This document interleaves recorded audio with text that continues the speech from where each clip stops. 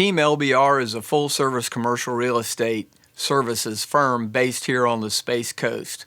We offer office, retail, and industrial commercial real estate services. We lease, we sell, we manage, and we consult. We're also licensed throughout the Southeast in Florida, Georgia, and Alabama, and provide services for different clients in those markets as well. Been on the Space Coast here for over 32 years providing these services, and we're very unique in the fact that we're a true team of specialists. We represent landlords with regards to their properties and helping them get the properties leased in a very proactive manner, going out and searching for their tenants and getting their properties leased up. We also manage the assets for them as we're going along on this. Everything from collecting of rents, paying bills, physical management. We have our own full-time facilities manager, and on the other side, on the corporate services side, we represent tenants, a number of large office, retail, and industrial tenants where they reach out to us and hire our firm to help them get new space, whether it's purchasing a building, leasing a space, and that's another side of the expertise on the representation side. So we represent both landlords and tenants to provide them the level of services they need. 32 plus years ago, a fraternity brother of mine from college, Miles Wilkinson, reached out to me and said, "Hey, I'm starting a company here in Melbourne in '87. Would love to have you come up and join me.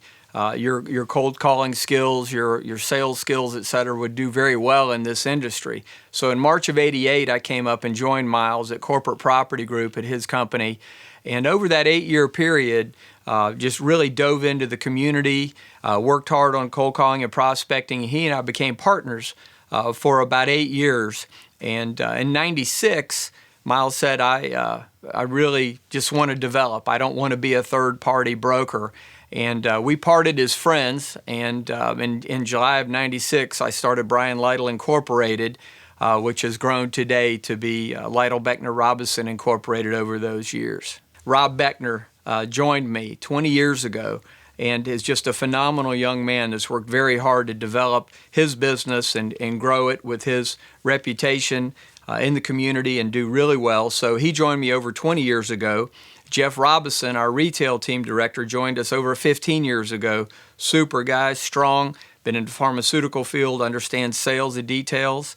And then over 10 years ago, Mike Moss, our industrial partner, joined the firm. Another strong individual. If it's got a roll-up door, Mike knows everything about it. Probably the biggest factor that I attribute our success to has been the people that God has brought to us over those years, and then the ability to have the longevity there.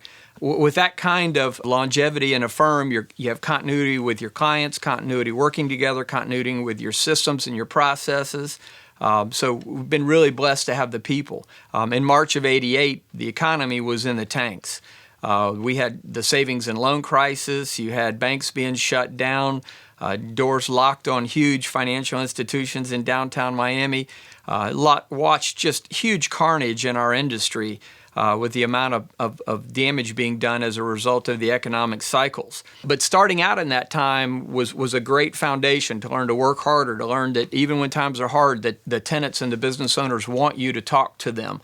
And in that type of marketplace, when you continue to still apply your business plan and work hard, you can actually grow market share, which is what we did in the last cycle, in the 2010 rough times that we went through. Because of our outgoing marketing efforts and because of our involvement deeply in the community, we were able to grow our market share during the last downturn. So understanding that we're in a very cyclical business, being positioned lean and mean at all times, being aggressive with our marketing and our efforts, and working hard to have repeat clients over the years has really helped us get through those cycles.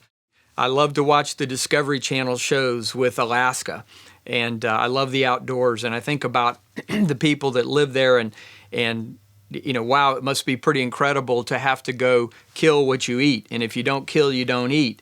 And it struck me one day watching that and talking with my wife that that's what we do. And that's our business, is if we don't get a transaction done, we don't eat. So there's a lot of intensity in our business. There's ups and downs. It's not a level, every week getting a paycheck. It's a great business, but it's unique. So without the support of your spouse and friends in an industry like this, it's very, very difficult. When I moved here in March of '88, I knew 3 people at the time. So the first thing I did was join the Melbourne Chamber of Commerce, and not just join, but to dive in. Pay my membership dues, but to dive in and join committees, and was very, very fortunate to get heavily involved in that organization off the bat and meet people like Harry and Wendy Brandon that we still work for Wendy, and just the relationships over those years that have been able to develop by giving back. There's a huge difference between just joining an organization and being involved in an organization. We've been involved in the EDC, probably the single most important organization in the county, in my opinion. We were involved deeply many, many years ago in the early 90s, about the time that things were getting really started. Was chairman in the late 90s and still on the executive committee. What Linda Weatherman and her team have done for our community is nothing short of miraculous.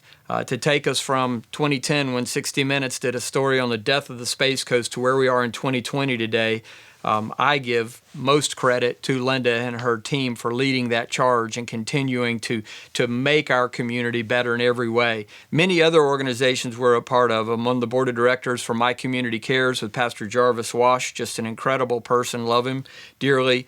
We're heavily involved in Circles of Care. I'm vice chairman of Circles of Care this year.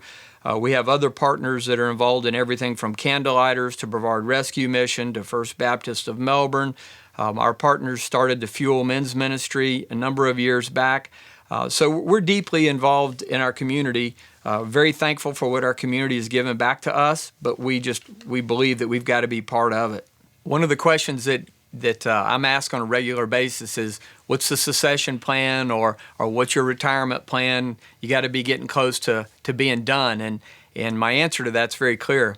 My father was working in Kabul, Afghanistan at 80 years old for the USAID program in telecommunications. And he had worked there a lot longer if they'd have let him.